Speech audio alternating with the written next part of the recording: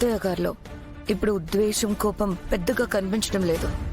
ఎందుకంటే మావయ్య గారు మంచితనాన్ని స్లో పాయిజన్ లా మాటలతోనే ఎక్కిస్తున్నారు. నేనెలాగో సేఫ్ సైడ్ ఉన్నాను బ్రో. బిజినెస్ చేతికొచ్చింది, పెద్ద ప్రాజెక్ట్ డీల్ చేస్తున్నాను. సక్సెస్ అయితే ఇక వెనక్కి తిరిగి చూసే పనే ఉండదు. నువ్వు కూడా కాస్త తెలివిగా ప్లాన్ చేసుకో బ్రో. ఒక్క ప్రాజెక్ట్ చేతికి రాగానే మొగుడు పెళ్ళాలకి ఓవర్ కాన్ఫిడెన్స్ పెరిగిపోయింది. అది ఫేక్ ప్రాజెక్ట్ అని తెలిస్తే ఇద్దరు ఏమైపోతారో. ఫూల్స్. ఏం ఆలోచిస్తున్నావు బ్రో? నువ్వెంత ఫూలిష్ గా ఆలోచిస్తున్నావో అనుకుంటున్నాను. What you mean bro? అత్తయ్య గారు పూజ చేసి హారతివ్వగానే ఎదురొచ్చి ఆల్ ద బెస్ట్ చెప్పగానే ఆ గంగ గెలిచేస్తుంది అనుకుంటున్నావా? నెవర్. అంత ఖచ్చితంగా ఎలా చెప్పగలుగుతున్నావు బ్రో? ఎందుకంటే విశ్వనాథ్ స్టూడెంట్ ధీరజ్ గంగకి ఆపోనెంట్ గా వెల్ ట్రైన్డ్ బాక్సర్ ని తీసుకొస్తున్నాడు. తనతో పోరాడి ఆడి గెలవడం 100% కాదు, 1000% ఇంపాసిబుల్.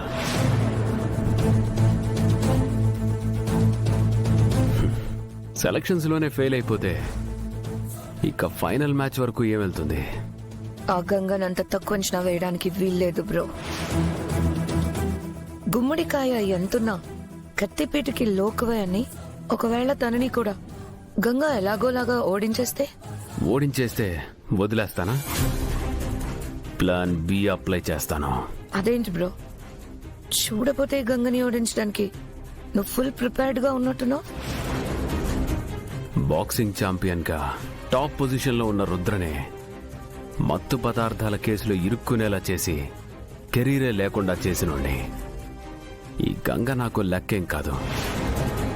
ఇంట్లో అంతా తను గెలవాలని ఆల్ ద బెస్ట్ చెప్పి మరీ పంపించారుగా. ఆల్ ద బెస్ట్ చెప్పిన వాళ్లే గంగ వేస్ట్ అనేలా చేస్తాను.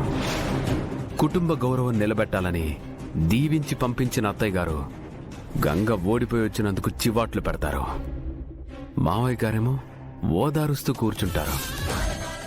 వినడానికి బానే ఉంది, కానీ అక్కడ రుద్రబాబు గారుండగా ఇదంతా జరుగుతుందంటావా బ్రో? నేనుండగా ఖచ్చితంగా జరగదు. అంటే నువ్వు కూడా అకాడమీకి వెళ్తున్నావా? గంగని దగ్గరుండి ఓడించాలి కదా మరి.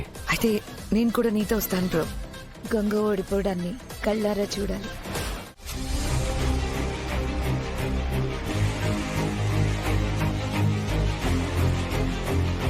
విజయేంద్ర ప్రతాప్ కుటుంబం అంటే గౌరవ మర్యాదలకు పేరు ప్రతిష్టలకు పెట్టింది పేరు. నీ ఆటతో ఆ గౌరవం పేరు ప్రతిష్ట మరింత పెరగాలి. అది దృష్టిలో ఉంచుకుని జాగ్రత్తగా ఆడు. వదినా, ఆల్ ది బెస్ట్. థాంక్స్ అక్క. Baby, all the best. చిన్నత్తయ్య, ఎలాగైనా నేను ఈ పోటీలో గెలవాలి. శ్రీ వెంకటేశ్వర స్వామి తల్లి పద్మావతి, శ్రీరామ సీతమ్మ తల్లి, పంచమకాజ్ఞ స్వామి, లక్ష్మణ స్వామి, పార్వతీ పరమేశ్వర, ఈశ్వర మహేశ్వర, సుబ్రహ్మణ్యేశ్వర స్వామి, మునుగ, గణపతి, విఘ్నేశ్వర, సరస్వతి దేవి, లక్ష్మీదేవి, బ్రహ్మ, మహావిష్ణు, అనవరం సత్యనారాయణ స్వామి, సింహాద్రి అప్పన్న, బెదవాడ కనకదుర్గ, కంచి కామాక్షి, మధుర మీనాక్షి, స్వామియే శరణమయ్యప్ప, కొండలమ్మ తల్లి, లంకతల్లం తల్లి, యాదగిరిగుట్ట లక్ష్మీ నరసింహస్వామి, మంత్రాలయ రాఘవేంద్ర స్వామి, షిరిడి సాయిబాబా, పుట్టపతి సాయిబాబా, తుల్జాపూర్ దుర్గాదేవి, పండరి పాండురంగ, కలకత్తా కాళికాదేవి, భీమవరం బావుళ్ళమ్మ, జూబ్లీహిల్స్ పెద్దమ్మ తల్లి, లోవ తలుపులమ్మ తల్లి, అందరూ నిన్ను సలగా సొత్తారులే చెల్లె. ఏంటి రంగా వరుస పెట్టి దేవుళ్ళందరినీ డిస్టర్బ్ చేస్తున్నావు? చెల్లి గెలవాలని మొక్కులు మొక్కుతున్నాను బా. దేవుడికి మొక్కితేనో ముడుపులు కడితేనో గెలవరు. మన మీద మనకి నమ్మకం ఉండాలి. గెలవాలనే పట్టుదలతో కృషి చేయాలి. ముందు ఓడిపోతామేమో అన్న భయాన్ని వదిలేయాలి. లేదంటే ఆ భయం మనల్ని ఓడిస్తుంది.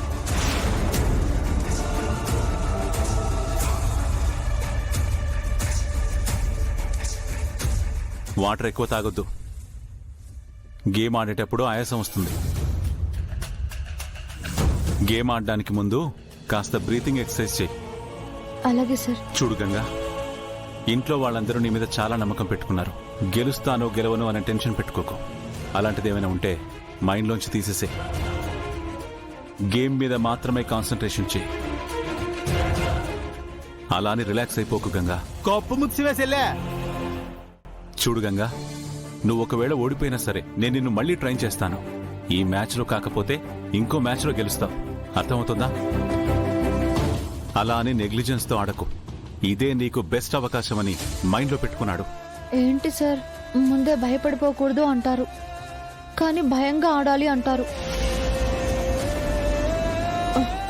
సీరియస్ గా తీసుకోకు అంటారు, కాన్ఫిడెంట్ గా ఆడు అంటారు. సార్, కాసేపు నన్ను మాట్లాడనివ్వకుండా ఉండండి. నన్ను నేను రిలీఫింగ్ చేసుకుంటా.